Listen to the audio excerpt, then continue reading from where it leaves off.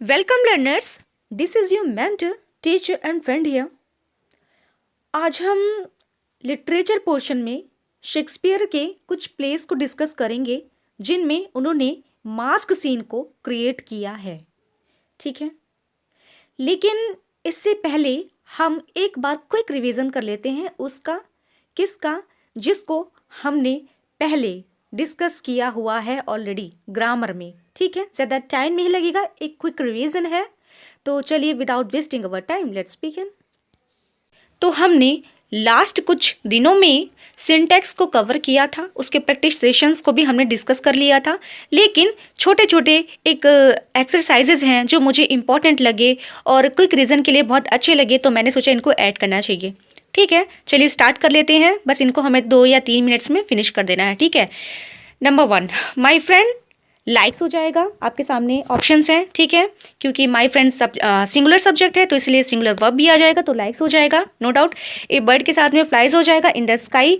ए new car कॉस्टेज हो जाएगा क्योंकि सिंगुलर सब्जेक्ट है। ए लॉट ऑफ मनी हो जाएगा। ठीक है, जॉन एंड जैक यहाँ पे प्लूरल सब्जेक्ट है तो यहाँ पे प्लूरल वर्ब हैव हो जाएगा। ठीक है, दोज बॉयज प्लूरल सब्जेक्ट है तो इसलिए यहाँ पे लुक का यूज़ कर लेंगे, हेल्दी के साथ में ऐड कर देंगे। ठीक है, उसके बाद में 6 है ऑल द बुक्स, यहाँ पे प्लूरल सब्जेक्ट आ गया है तो इसलिए यहाँ पे हम प्लूरल वर्ब का यूज़ बिलोंग को यूज़ कर लेंगे। ठीक है, अबाउट 10 बॉयज़ के साथ में हम वेर का यूज़ कर लेंगे। सीता जो है हमारा सिंगुलर सब्जेक्ट है, उसके साथ में हम डज का यूज़ कर लेंगे।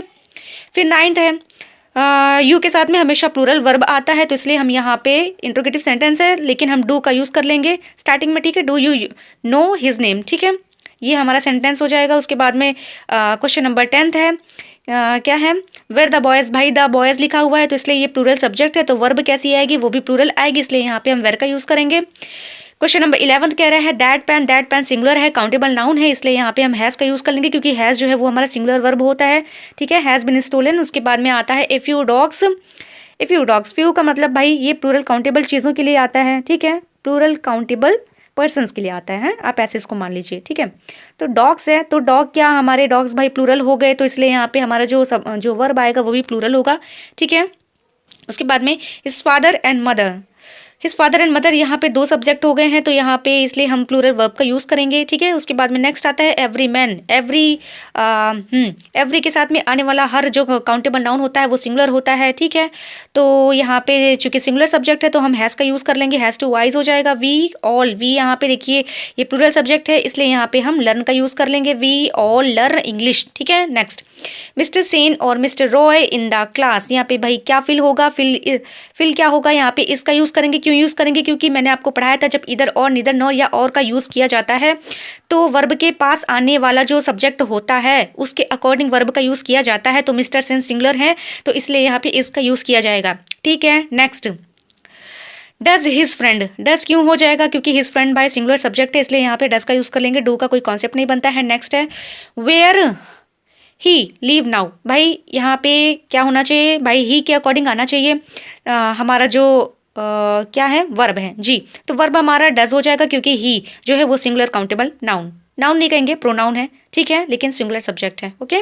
नेक्स्ट इच बॉय के साथ में क्या आएगा, हैज़ आएगा क्योंकि इच के साथ में, इधर के साथ में, इन सब के साथ में हैज़ का सिंगुलर वर्ब का यूज़ करते हैं। ठीक है, बोथ द पेन्स, भाई बोथ जो है प्लूरल काउंटेबल नाउन के लिए आता है, ये प्रोनाउन भी हो सकता है, कोई दिक्कत नहीं, लेकिन यहाँ पे बोथ है, द पेन्स है तो इसलिए यहाँ पे वेर का यूज़ कर लेंगे। ठीक है, तो ये था हमारा क्विक रिवीजन। अब आ जाते हैं हम अपने टॉपिक पर जो है लिटरेचर का सेशन। ठीक है, आइए कवर करते हैं जी।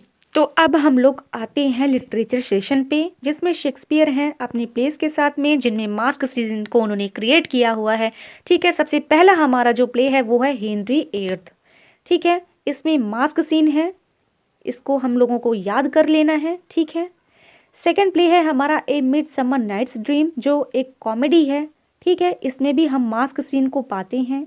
उसके बाद है हमारा रोमियो एंड जूलियट जो कि एक ट्रेजेडी है। ठीक है, इसमें भी हमें मास्क सीन देखने को मिलता है। फिर आता है द टेम्पेस्ट जो शेक्सपियर के ग्रेटेस्ट रोमांस हैं। ठीक है, तो इसमें भी हम मास्क सीन को देखते हैं। तो इसका मतलब ये कि तो 4 हमारे कुछ इम्पॉर्टेंट प्लेज ऐसे हैं जिनमें हम शेक्सपियर के मास्क सीन्स को देख सकते हैं। ठीक है, इम्पॉर्टेंट सेशन था। अगर आपको अच्छा लगा हो, इन्फॉर्मेटिव लगा हो वीडियो तो लाइक करिएगा, सब्सक्राइब करिएगा। Thank you so much.